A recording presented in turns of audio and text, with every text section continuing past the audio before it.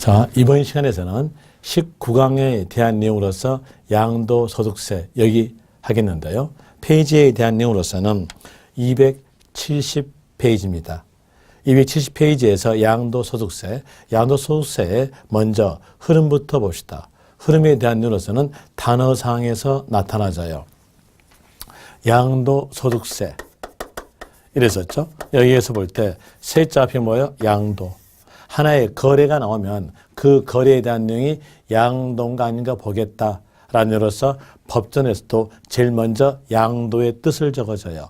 양도의 뜻에 해당이 되었다면 소득이 발생하였을 때 과세다라는 의미로서 양도소득세 이렇게 나와져요. 그럼 법전 순서에 따라서 본다면 맨 처음에 하나의 거래가 나오면 그 거래에 대한 내용이 양도인가 아닌가 봅니다. 양도에 대한 내용은 과세 대상물에 해당이 되고 대가를 받고 사실상으로 소유권 이전된 경우에 대한 내용이 양도다 이렇게 나오죠. 여러분 교재에서는 이 양도의 뜻에 대한 정의에 대한 내용을 몇 페이지에서 설명하고 있냐면 그 설명된 페이지에 대한 내용은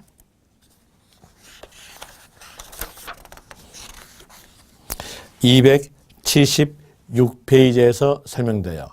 276페이지 제4절 양도의 개념 이 내용을 보고 다시 설명드릴게요.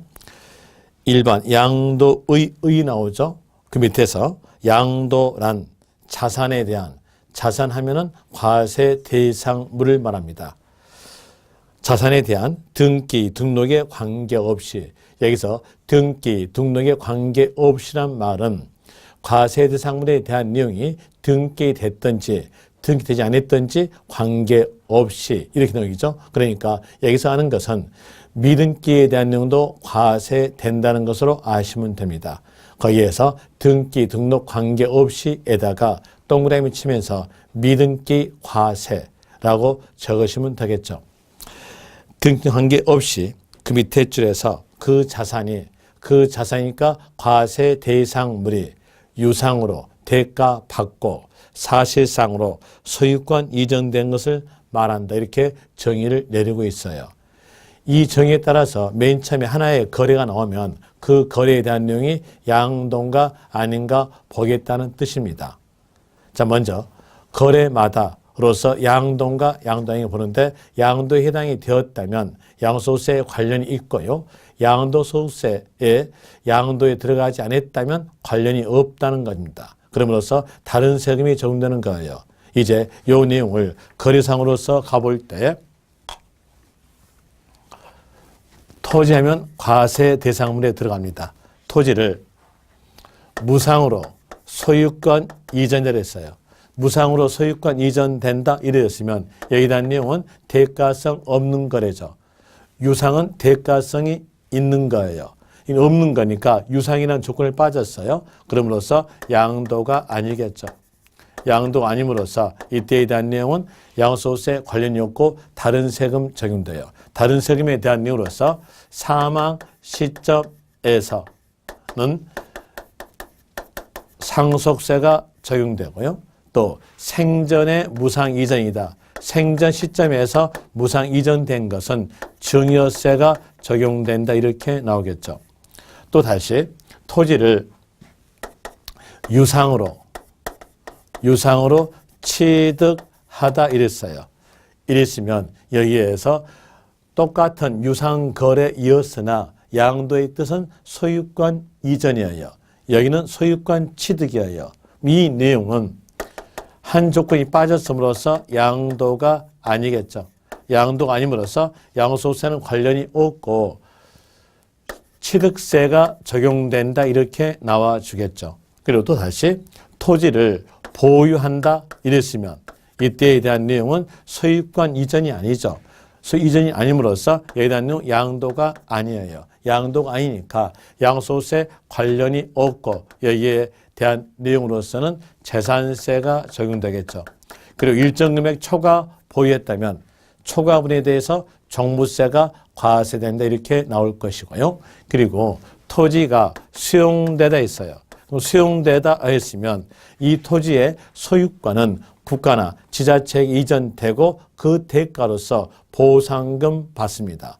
소유권 이전되고 보상금 받았죠. 대가성 있는 거래까지 다 적용이 됐음으로써 여기에 대한 내용은 양도에 들어갑니다. 이렇게 양도에 해당이 되었다, 예스다 이랬으면 이 거래의 상세적 내용으로서 비과세인가 아닌가 보는 거예요. 비과세에 해당이 되었다고 하였으면 과세하지 않는다 이렇게 나오죠. 그리고 비과세에 들어가지 않았다면 그때는 양도소득세 세액이 얼마 나올 것인가 세액 계산 들어갑니다. 이 비과세에 대한 내용은 국가 정책 내용이에요. 국가 정책 내용으로서 먼저 파산 선고. 파산 선고는 대물 변제에 대한 일로서 양도에 들어갑니다. 하나, 국가 정책적으로서 파산 선고에 의한 처분 소득은 소득이 없는 것으로서 과세하지 않겠다 이렇게 나오죠. 그래서 비과세에 들어갑니다. 그리고 농지의 교환 분합. 여기에서 교환하면은 양도에 해당됩니다. 그런데 농지의 생산성을 높여주기 위해서 농지 교환 분합에 대해서는 국가 정책상으로서 과세하지 않는다 이렇게 나와져요. 이 말은 양도에 해당이 되었으나 국가 정책상으로서 과세하지 않는다, 비과세 이렇게 되겠죠. 그리고 또 1세대, 1주택의 양도에 대한 내용도 마찬가지로서 양도니까 양도에 들어갔다는 뜻이에요. 해당이 되었으면 이제 비과세로 와볼 때 국가 정책상으로서 주거의 안정과 주택의 공급 목적으로서 1세대 1주택에 대해서는 과세하지 않는다는 거예요. 그리고 1주택 의미 안에는 주거의 안정에 대한 의미이기 때문에 4년 전까지 하더라도 3년 보유가 들어있었으나 지금은 개정돼 가지고 2년 보유입니다. 그럼 이 1주택 의미 안에는 2년 보유란 말이 들어있다는 얘기예요. 2년 보유하고 해당 주택으로서 양도하였다고 하였으면 과세하지 않는다 이렇게 나와줍니다. 여기에 대한 내용은 and 조건이 아니라 또는 조건이에요.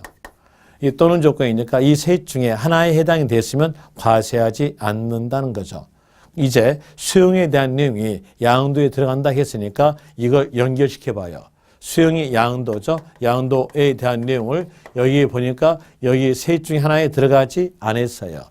비과세에 해당되지 않았죠. 노죠. 그럼으로써 양도소득세 세액 계산 들어가요. 이 양도소득세 세액 계산에 들어갔다면 여러분들은 과세된다고 생각하시면 됩니다. 물론 감면에 대해 있는데 감면에 대한 내용은 비과세에 대한 내용과 틀려요. 비과세는 본세뿐만 아니라 거기에 따른 부가세에 대한 내용까지도 과세하지 않는 걸 말합니다. 하나 100% 감면에 대한 내용은 부가세는 과세한다는 얘기예요. 자 보세요. 양도소득세에 대한 내용을 쭉 이렇게 여기처럼 계산했어요. 계산해 보니까 양도소득세 세액 금액이 1억이 나왔습니다. 이름으로써 100% 감면이니까 요 금액을 과세하지 않아요. 그리고 양도소득세에서 부가세 있다겠죠. 양도소득세 부가세로서는 감면세액에 농어초특별세 20%가 붙는 겁니다. 농어특별세 20%에 대한 으로서 감면세액이니까 이게 감면세액이죠. 여기에서 농어특별세 2천만 원이 붙는다는 얘기예요. 그러므로 100% 감면에 대한 내용은 거기에 따른 부가세는 납부한다는 겁니다. 하나 본세는 납부하지 않는 내용이 감면이에요. 그리고 비과세에 대한 내용은 본세뿐만 아니라 거기에 따른 부가세까지도 과세하지 않는다는 것이 비과세입니다. 이렇게 100% 감면과 비과세의 차이점은 있어요. 그런데 이 감면에 대한 내용은 조세특례 제한법에서 이 내용을 법으로서 정하고 있습니다. 조세특례 제한법에서 이걸 정하고 있는데 이 조세특례 제한법에 대한 내용이 엄청나게 개정된 법률이에요. 그래서 저희들은 이 내용이 엄청나게 개정된 법률이고 또 저희들을 엄청나게 고생케 하게 만든 법이니까 여러분들한테는 좋을지 모르겠으나 저희들한테는 별로 좋아하는 법은 아닙니다. 여기에 대한 내용은 별로 좋아하는 법이 아니니까 싫다 해가지고 조특법 그럽니다. 그런데 거기에 대한 내용은 그냥 우스갯소리고요. 여기에 대한 내용이 여러분한테 설명드릴 수가 없어요. 제가 오늘 여기 설명을 드려가지고 다음에 여기 부분을 설명을 드리기 위해서 다음 진도로 나가는데 다음 진도 나가기 전 사이 기간에서 법이 개정된다. 그러면 이 내용을 또다시 설명해야 돼요. 그러다 보면은 여러분들한테 다른 내용을 설명할 수 있는 길이 안 보여요. 시간이 없으니까. 그래서 여러분들한테 시험에 대한 내용만 강의하기 위해서는 여기에 대한 내용은 단호히 저희는 생략합니다. 생략해서 이 내용은 강의하지 않습니다. 그럼 여러분들은요, 이렇게 하시면 되겠죠. 여기에서 비과세에 들어가지 않았으면 그때는 뭐다? 과세다. 이런 예로서 하시면 됩니다. 과세다. 이렇게 되는데 이제 이 내용을 문제에 대한 예로서 연결시켜 볼 때 양도냐 양도 아니냐에 대한 내용의 구별에 관한 내용의 문제는 해년마다 한 문제입니다. 그리고 작년 경우는 여기에서 여기에 대한 내용에서 두 문제가 출제입니다. 그리고 비과세에 대한 으로서 대표적으로서 문제 잘 나온 쪽이 1세대 1주택의 양도예요. 거기는 세부적 내용까지 해가지고 한 문제가 나옵니다. 그러니까 여기에서 한 문제 나온다는 얘기죠. 그리고 세액 계산, 양도소득세 세액 계산 여기에 대한 내용이 셋 내지 네 문제가 나옵니다. 그럼 이 내용에 대해서 셋 내지 네 문제가 나오는데 여기에 대한 내용은 양도소득세 계산 구조해 가지고 여러분들한테 보조 자료로 유인물로서 이 내용을 설명드리겠습니다. 자, 먼저 양도냐 양도 아니냐 여기부터 먼저 가봐야죠. 여기 가볼 때 양도의 뜻은 과세 대상물에 해당이 되고 대가 받고 사실상 소유권 이전됐으면 양도다 이렇게 나오는데 이제 교재 순서대로서 먼저 270페이지에 대한 내용에 대해서 살펴보면서 읽어 들어가면서 설명해 드릴게요. 총설 양도소득세의 양도소득세란 개인이에다가 동그라미 이 양도소득세도 소득세 일종이니까 소득세에 대한 내용은 개인의 소득에 대해서 과세하죠. 양도소득세에 대한 내용도 누가 양도하냐. 행위의 주체는 개인이란 얘기예요. 그래서 개인이에다가 동그라미 치고요. 해당 과세기간에 과세기간 배웠었죠. 1월 1일부터 12월 31일 사이 기간에 일정한 자산이 바로 과세 대상물이에요. 과세 대상물을 양도함으로써 발생한 소득을 과세 대상으로 하여 부과하는 소득세를 말한다. 이렇게 정의를 내려줬고요. 그리고 2번에서 1번 보죠. 2번에 1번 양도소득세는 개인이 재고자산 이외에 투자자산, 유형자산 등을 양도함으로써 거기에서 투자자산, 유형자산 이걸 고쳐주세요. 투자자산, 유형자산을 뭘로 고치냐면 고정자산이라는 단어로 고쳐주세요. 이렇게 고쳐놓고 연결시키면은 재고자산 이외에 고정자산 등을 양도함으로써 발생하는 자본이득이란 말은 보유이득이란 말과 같은 말입니다. 보유이득에 대해서 과세는 소득세이다. 이렇게 나오는데 이제 여기에서 재고자산 밑에다가 이렇게 적으세요. 재고자산 밑에다가는 판매 목적의 자산, 판매 목적으로서 보유된 자산에 대한 내용을 보고 재고자산, 그렇지 않으면 상품 그럽니다. 다 같은 말이에요. 그럼 재고자산 이외, 상품, 판매 목적 이외의 고친 것까지 하면은 고정자산 그랬죠. 그래서 이 고정자산에다가는 이렇게 밑줄 쳐가지고 사용되는 자산이라고 적으세요. 고정자산이 사용되는 자산이에요. 이제 연결하면은 판매 목적 이외에 사용 목적의 자산을 양도함으로써 발생하는 보유이득에 대해서 과세하는 소득세가 양도소득세 이런 내용입니다. 이제 이런 내용까지 알아서 예습했으니까 한번 양도의 뜻에다가 접목시켜보죠. 양도의 뜻은 과세 대상물에 해당이 되고 대가 받고 사실상 소유권 이전이 양도의 뜻이에요. 자, 여기에서 대가 받고 사실상 소유권 이전, 요 말에 대한 내용을 여러분들이 또 저도 마찬가지지만은 잘 쓰는 말로서 연결시켜 봅시다. 잘 쓰는 말로 연결시켜 볼 때 여기에 대한 내용은 뭐냐? 팔다예요.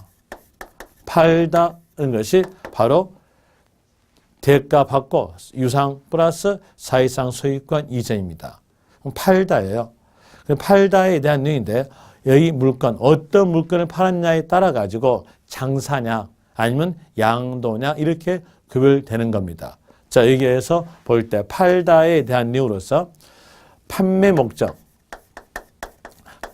목적의 자산을 팔았다.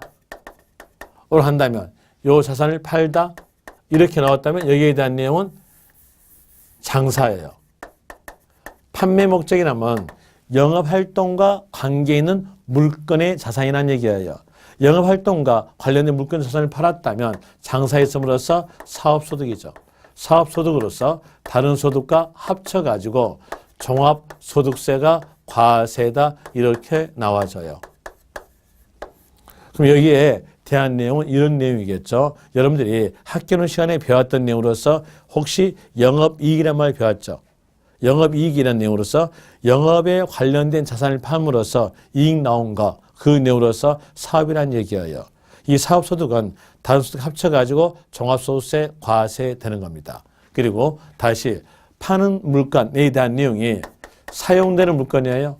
사용되는 물건을, 사용되는 자산을 팔았다고 하였으면 이때에 대한 내용이 양도입니다.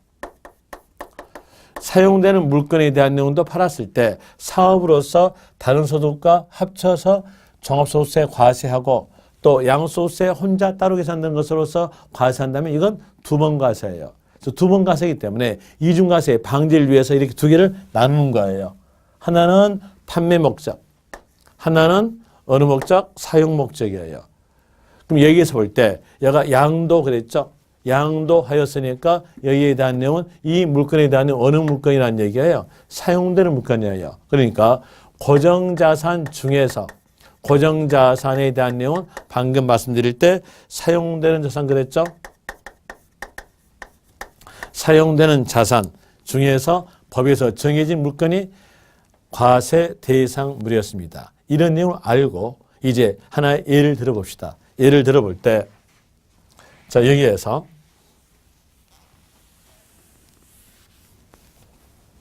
이 건물의 주인이 자기 건물에서 차량 매매업이라는 간판을 달고 차량을 팔았어요. 그러면 차량 매매업이란 것은 차량을 매입해서 차량을 파는 것이 자기의 영업활동입니다.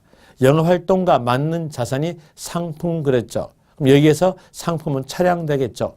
차량을 팔았음으로써 상품을 팔았음으로써 여기에 대한 내용은 사업소득이죠. 사업소득으로서 다른 소득 합쳐가지고 종합소득세 과세되는 것이고요. 그리고 건물을 팔았다 합시다. 이 건물은 차량 매매업을 영위하기 위해서 사용되는 자산이죠. 사용되는 자산을 팔았음으로써 이때는 뭘로? 양도소득이다. 양도소득세 과세된다 이렇게 나와줘요. 그러면 다시 이렇게 보죠. 이 건물에 대한 내용의 건물 주인이 자기 건물에서 부동산 매매업이란 간판을 달고 이 건물 외에 있는 토지 건물을 매입해서 매입된 토지 건물을 팔았다 이렇게 봅시다. 이랬으면 자 먼저 부동산 매매업 하면은요. 부동산을 매입해서 부동산을 파는 게 자기 영업활동이에요. 그 영업활동과 맞는 자산을 보고 상품 그래요. 그럼 여기는 토지 건물에 대한 요소 상품이겠죠. 상품을 팔았으니까 사업소득에 대한 이유로서 다른 수 합쳐가지고 종합소득세 과세예요. 그리고 이 건물을 팔았다 이랬으면요. 여기는 부동산 매매업을 영위하기 위해서 사용되는 건물이죠. 사용되는 건물이니까 뭘로? 양도, 소득 이렇게 나와져요.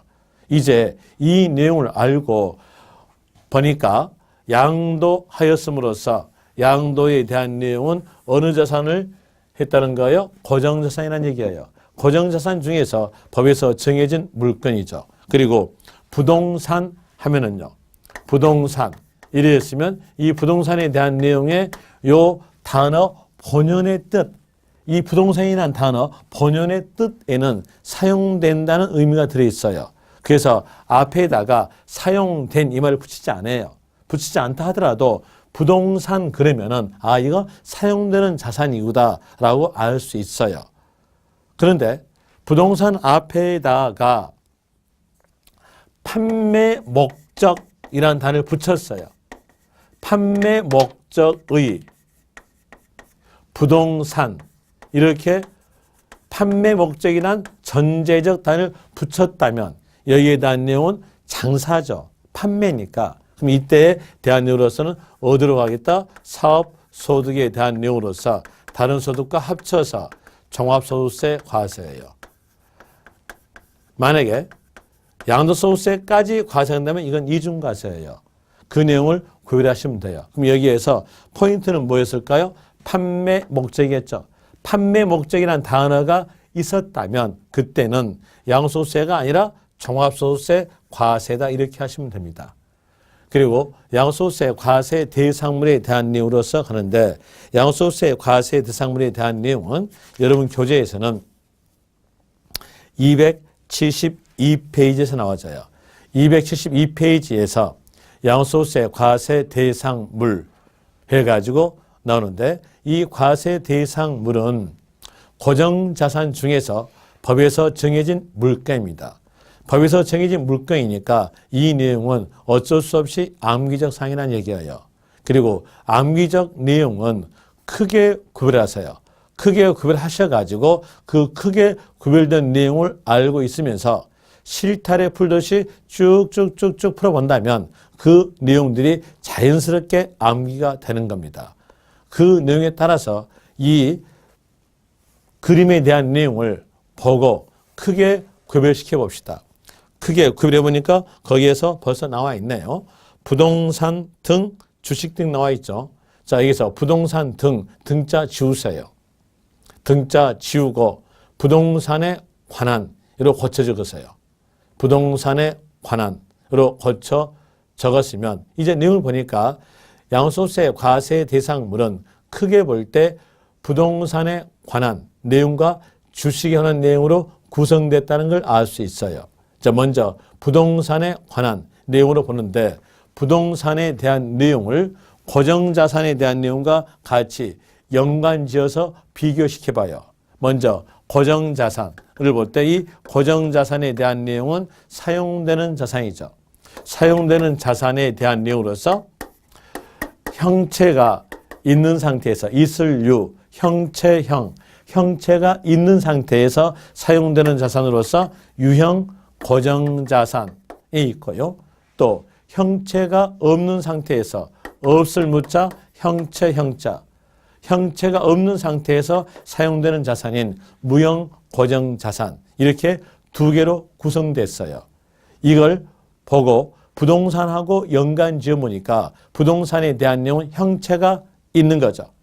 형체 있으니까 자 부동산에 대한 이로서 형체 있는 것만 들어간다는 얘기예요. 그럼 반대로 형체 없는 것은 들어가지 않겠다는 뜻이에요.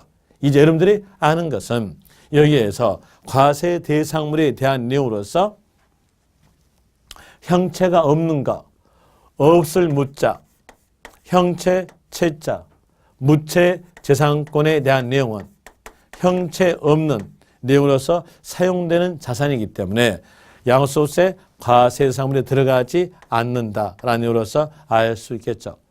그리고 이 무채 재산권에 대한 내용으로서는 여러 가지가 있어요. 광어권, 어업권, 영업권, 디자인권, 산업재산권, 공업소유권, 특허권, 저작권, 출판권 여러 가지 있는데 그 내용을 다 외울 수 없으니까 세 가지 정도만 기억하시면 돼요.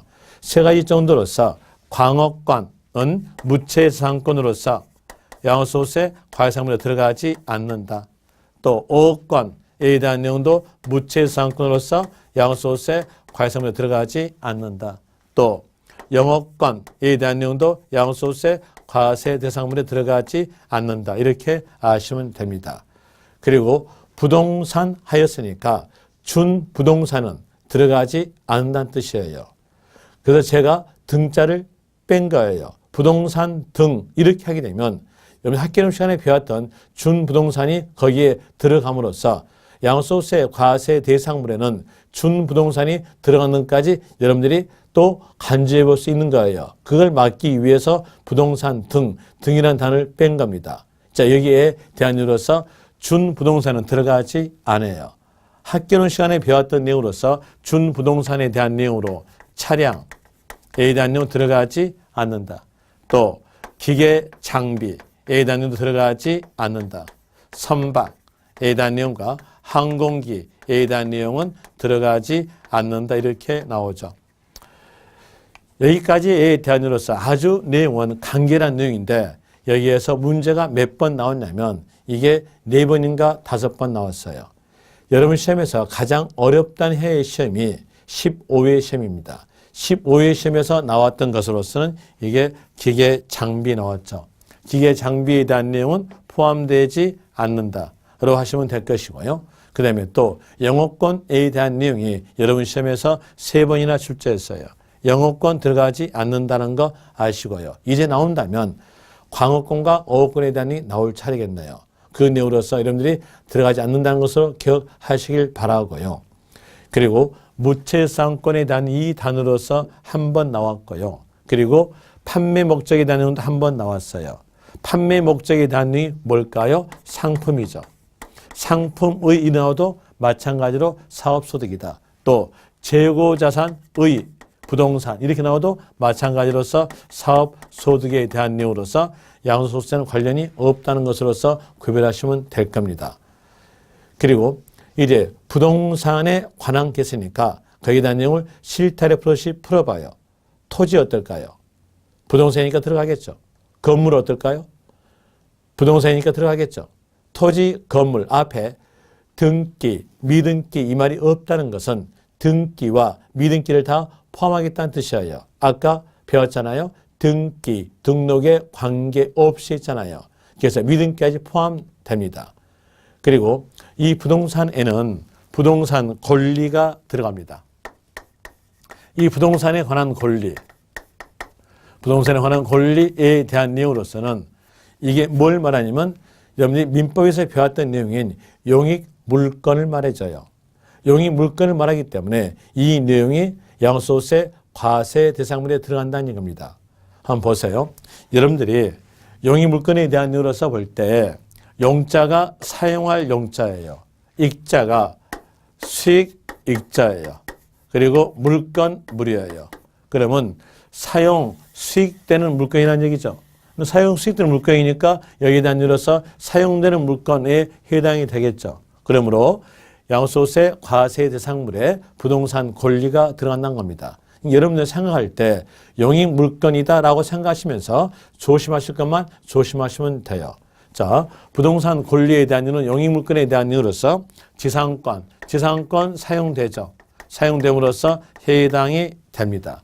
또 전세권에 대한 내용도 사용되니까 해당이 되겠죠. 그리고 지역권에 대한 내용도 사용됨으로써 해당이 되어야 되는데 지역권을 양도하였다면 기타 소득으로서 다른 소득과 합쳐가지고 종합소득세 과세합니다. 지역권을 양도했을 때 종합소득세 과세해주고 혼자 따로 계산되는 양도소득세에 대한 이유로서 과세한다면 이건 이중과세입니다. 이중과세를 방지하기 위해서 지역권은 넣지 않겠다는 거죠.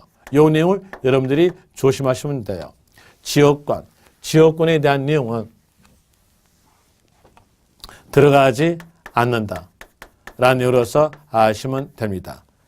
그리고 또 여러분들이 민법에서 임차권 배웠을 거예요. 임차권에 대한 내용은 권리금에 대한 내용인데 이 임차권은 권리금에 대한 내용이기 때문에 법적 권리가 아니라 경제적 권리예요. 경제적 권리를 주장하려면 등기를 행해줘야 경제적 권리를 주장할 수 있는 거예요. 그래서 임차권 앞에다가는 등기된 이 전제를 붙이는 거예요. 이제 여러분들이 기억하실 것으로서 임차권 앞에는 등기된 이 단어가 꼭 있어야 된다.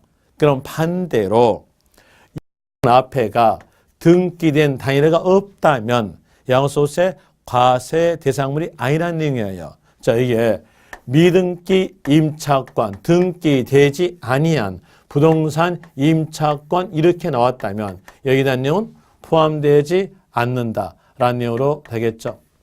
그리고 또 점포 임차권 이렇게 나온다면 여기에 대한 내용도 마찬가지로서 임차권 앞에 등기된 단어 없죠.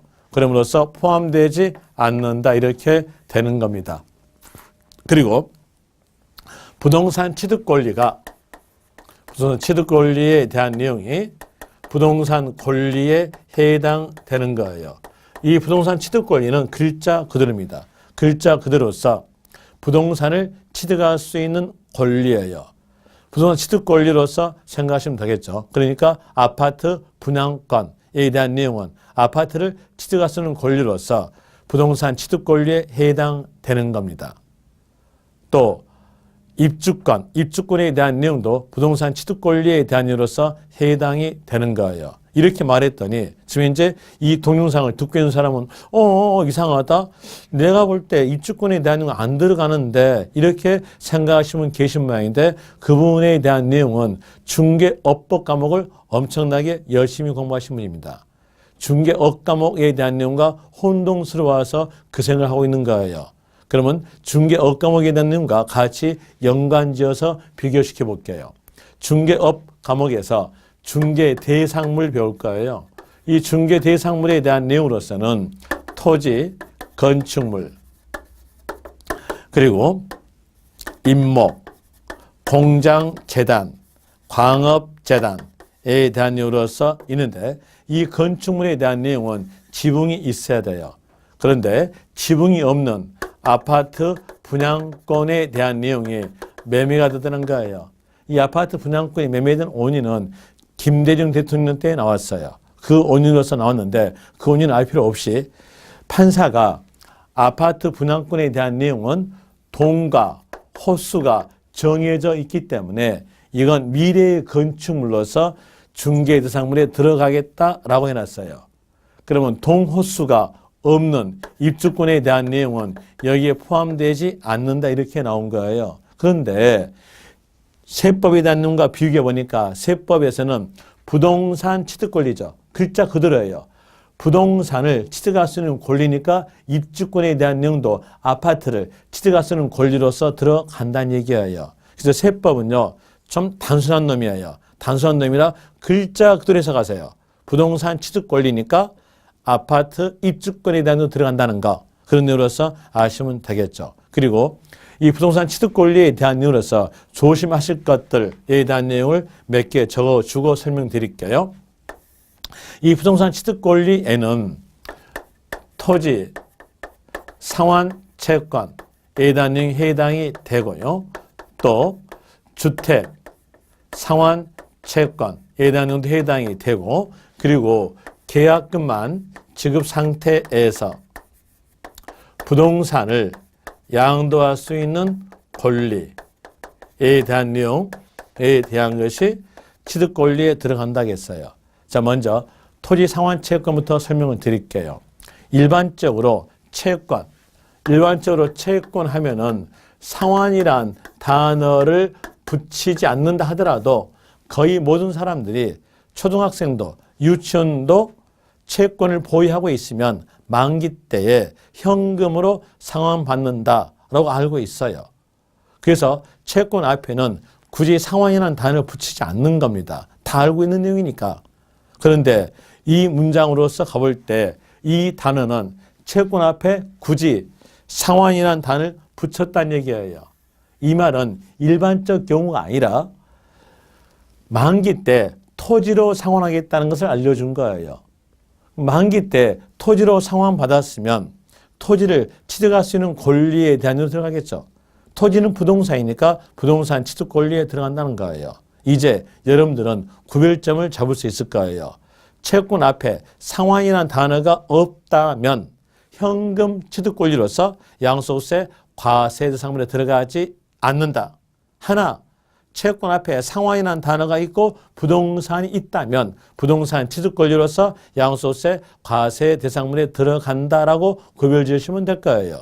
자, 여기서 볼 때 주택 상환 채권, 자, 채권 앞에 상환자 있죠? 주택 나왔죠? 주택을 취득 권리로서 부동산식으로 들어간다는 얘기예요. 이제 구별점은 채권 앞에 상환이라는 단어가 있고 부동산이라는 말이 나왔다면 부동산 취득 권리다. 채권 앞에 상환이라는 단어가 없다면 그때에 대한 내용은 현금 취득 권리로서 양도소득세 과세상물에 들어가지 않는다라고 구별하시면 됩니다. 한번 해볼까요? 토지 보상 채권이다. 이랬으면 채권 앞에 현금자, 상환자 없죠. 상환자 없으니까 현금 취득 권리로서 양도소득세 과세상물에 들어가지 않는 겁니다. 주택 채권도 채권 앞에 상환자 없기 때문에 현금 취득 권리로서 양도소득세 과세상물이 아니다 이렇게 나옵니다. 이제 포인트 잡았죠? 채권 앞에는 상환이라는 단어가 있어야 된다로 하시고요. 그리고 계약금만 지급 상태에서 부동산 양도소득 권리 여기에 대한 내용은 뭘 생각하시면 되냐면 아파트 당첨 생각하시면 돼요. 아파트 당첨이니까 여기에 대한 내용은 당첨으로서 아파트 취득 권리에 들어가겠죠. 이 내용이 바로 계약금만 지급 상태에서 부동산 양도 권리예요. 아파트 당첨되었다면 계약금을 지급함으로써 아파트를 양도소 권리가 발생되죠. 그럼 여기에 대한 내용이 부동산 취득 권리에 들어간다는 거예요. 양도 권리 아니에요. 취득 권리예요. 여기에 대한 내용으로서 왜? 아파트 당첨이니까. 그런 내용으로서 구별하시면 됩니다. 이제 주식 가보죠. 주식. 자, 주식에 대한 내용으로서 주식에 대한 내용은 두 개의 경우가 있어요. 하나는 공개된 법인의 주식으로서 상장 법인의 주식.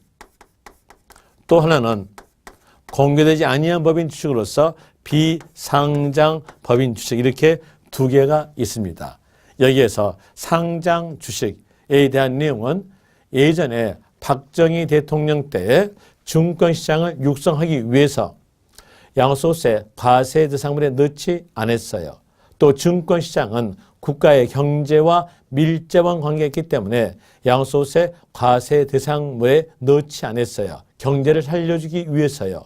그런데 이러한 좋은 취지에 대한 내용을 한 사람이 물 흐려요. 누가 물 흐렸냐? 대주주가 물을 흐렸습니다. 대주주가 이 상장 주식에 대한 내용을 변칙적으로 증여한다는 얘기예요. 변칙적으로 증여한다는 얘기는 실질적으로 증여였으나 서류를 완벽하게 꾸며서 매매로 꾸민다는 얘기죠. 그 매매니까 증여가 아님으로써 증여세 회피됐고요. 매매란 것은 팔다죠. 자, 여기에서 대가 받고 소유권 잊었으니까 팔았죠. 이 물건에 들어갔으면 이제 여기에서 양도로서 과세세만 들어가는 겁니다. 그런데 과세상 물건에 넣지 않았다는 얘기죠. 넣지 않았으니까 양도가 아니에요. 양도가 아님으로써 양도소득세까지 회피되는 이런 내용이 나타났어요. 그래서 물 흐렸던 너에 대한 내용을 과세하기 위해서 법이 개정됩니다. 개정되면서 상장 주식은 누구만 과세하겠다? 대주주. 대주주만 과세다 이렇게 나와져요. 그러면 개미군단, 소액주주에 대해서는 증권시장을 육성하기 위해서 과세 대상물에 넣지 않는 경우에 대한 내용입니다. 그래서 소액주주는 과세하지 않아요. 대주주만 상장법인에 대해서 과세하는데 이 대주주의 범위에 대한 내용이 이번에 개정되면서 확대됐습니다. 그런데 그 개정 확대된 내용에 대해서는 모르셔도 됩니다. 그 숫자적 내용이 나오는데 그 숫자를 외울 필요가 없다는 얘기예요. 왜? 여러분 시험에서는 부동산 세법에 대한 이로서 시험이 나오는 것이 주식세법이 나온 건 아니에요. 그러면 세부적 내용까지 알 필요 없이 개요적 내용으로서 상장 주식은 대주주만 과세다 이렇게만 아시라는 얘기입니다. 그리고 비상장 주식인데 이 비상장 주식은 증권시장에 대한 내용이 아니라 장외거래예요. 장외거래의 주식이 비상장 주식에 대한 내용으로서 이는 증권시장 육성과 관계없기 때문에 대주주도 과세되고 또 소액주주에 대한 내용도 과세된다 이렇게 나와져요. 그리고 여러분들은 문제를 풀 때에 비상장 주식이라는 단어가 없다 하더라도 장외거래 주식 이 말이 나왔다면 아 이건 비상장이구나 라고 생각하시면서 대주주, 소액주주 다 포함된다 이런 의미로서 아시면 될 것이고요. 그리고 파생상품에 대한 내용도 양도소득세 과세 대상물에 들어갑니다. 이 파생상품에 대한 내용은 혹시 여러분들이 선물한 들어본 적 있을 거예요. 선물한 생각하시면 맞습니다. 법전에서는 코스피 200 선물한 이렇게 나오는데 그 숫자에 대한 내용은 다 맞게 나오니까 여러분들은 간결하게 파생상품에 대한 내용이 과세 대상물에 들어간다라고 아시면 될 것이고요. 그리고 과세 대상물의 마지막에 대한 내용으로서 기타 자산이 있어요. 이 기타 자산에 대한 내용은 부동산에 관계된 것과 주식에 관계된 게 합치됐기 때문에 기타 자산 이렇게 칭합니다. 그리고 이 기타 자산에 대한 내용으로서는 4개가 들리는데 그 4개에 대한 내용을 다 외울 필요 없이 2개만 기억하시면 돼요. 자, 한번 교재적 내용하고 같이 비교해 드리는데 273페이지에서 4가로 기타 자산 동그라미 1번 고정자산과 함께 양도한 영업권 나오고요. 그리고 동그라미 2번 시설물의 이용회원권 나오고요. 그리고 동그라미 3번 특정 법인 주식인데 우리 교재에서는 특정 법인 주식 그랬어요.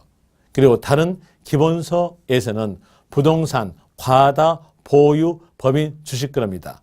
또 다른 교재에서는 과점 주주의 부동산 과다 보유 법인 주식 이렇게 칭합니다.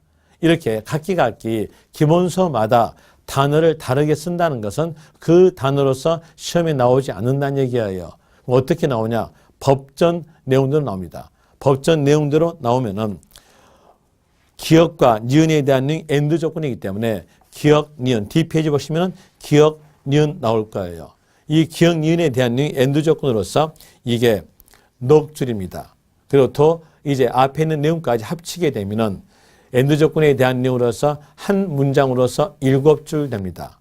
그 7줄에 대한 내용을 여러분 시험에서 출제자에게 가능한 한 문장으로서 석줄로 넘기지 말아야겠어요. 그래서 출제자가 여기에 대한 내용을 이제 압축할 때 한 문장에 대한으로서 석줄을 넘기게 되는 문장이 단위 나온다는 얘기예요.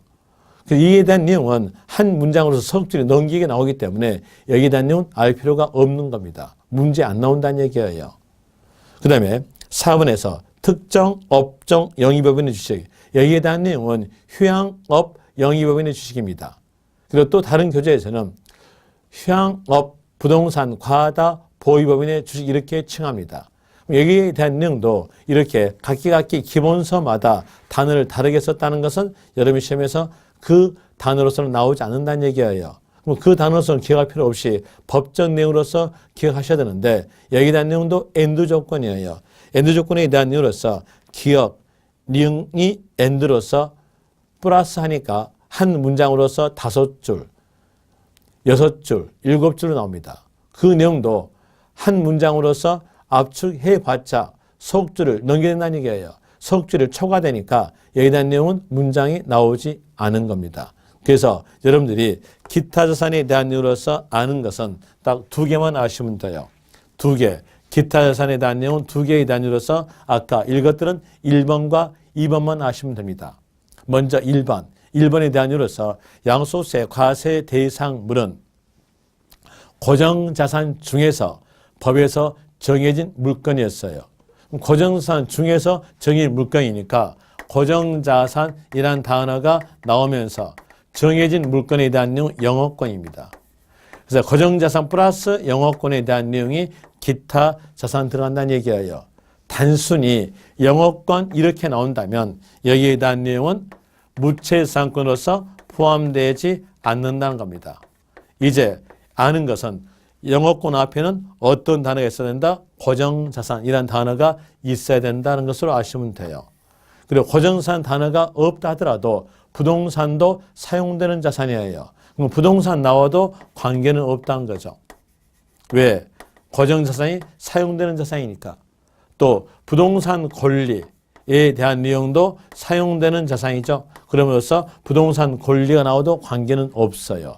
결과적으로서 영어권 앞에는 고정자산, 부동산 권리 이 세 단어 중에서 한 단어가 있어줘야 기타 자산으로서 양도소득세 과세 대상물이에요. 단순히 영어권 이렇게 나온다면 물건이 아니다는 거, 무채상권으로서 양도소득세 과세물이 아니다는 거 아시면 되겠죠. 그리고 두 번째로서 동그라미 2번 시설물의 이용권, 해용권에 대한 내용이 들어가는데 여기에 대한 내용으로서 해설된 내용이 법적 내용 그대로입니다. 법적 내용 그대로니까 여기에 대한 내용을 한번 읽어보고 줄여볼게요.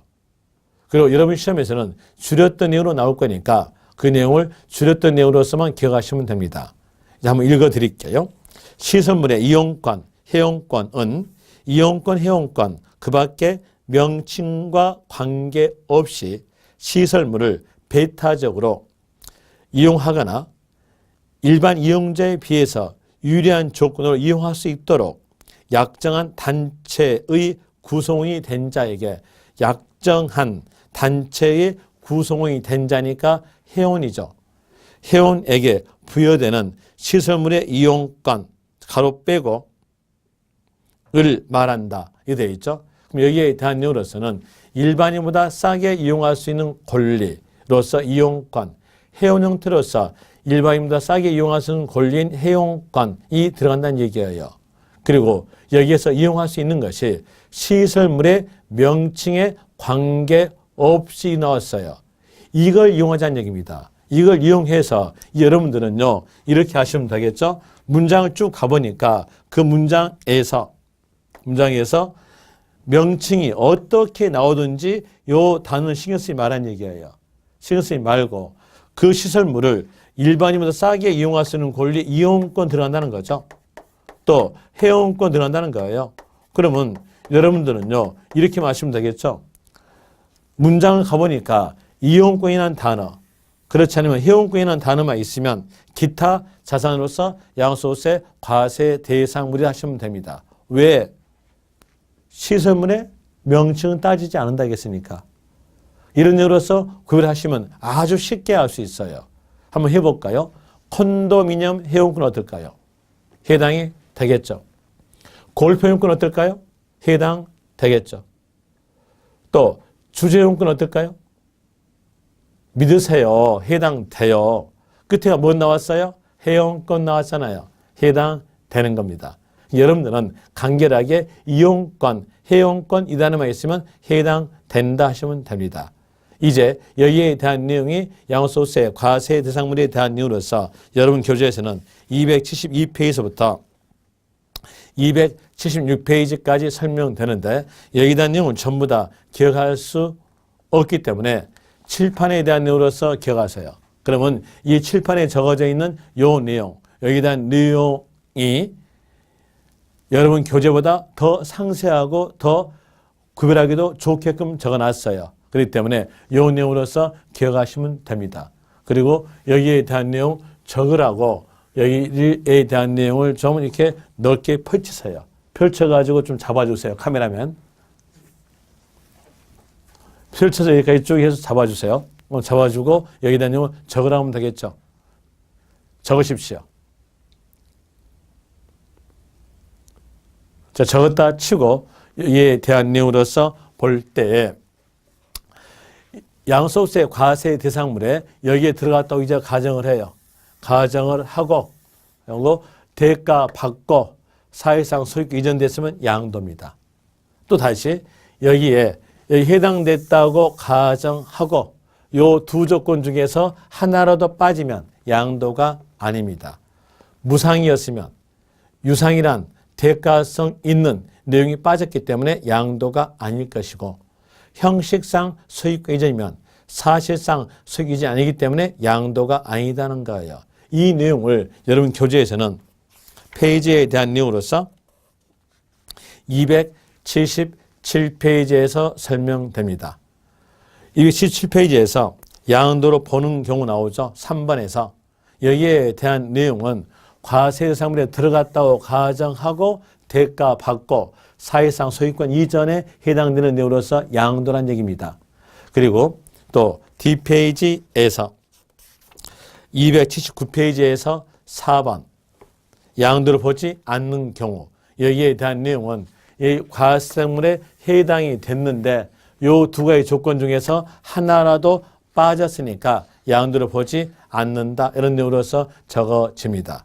이제 여러분 교재에서는 또 모든 교재가 다 마찬가지로서 양도인 경우, 양도 아닌 경우 이렇게 해서 절을 달리해서 또 번호를 달리해서 설명되는데 여러분 시험에서는 한 문장으로서 양도인 경우와 양도 아닌 경우에 대한 내용을 엮어서 양도인 경우를 찾아라, 아닌 경우를 찾아라 라는 이유로서 여러분들한테 구별짓도 있도록 구별 지을 수 있도록 문제가 나옵니다. 그런 내용들을 알려면 힘드니까요. 여기에 대한 내용은 키단어로 구별하신 게 제일 좋습니다. 그래서 여기에 대한 내용을 키단어에 대한 이유로서 설명드리기 위해서 다음 시간으로서 연결시켜 줄게요.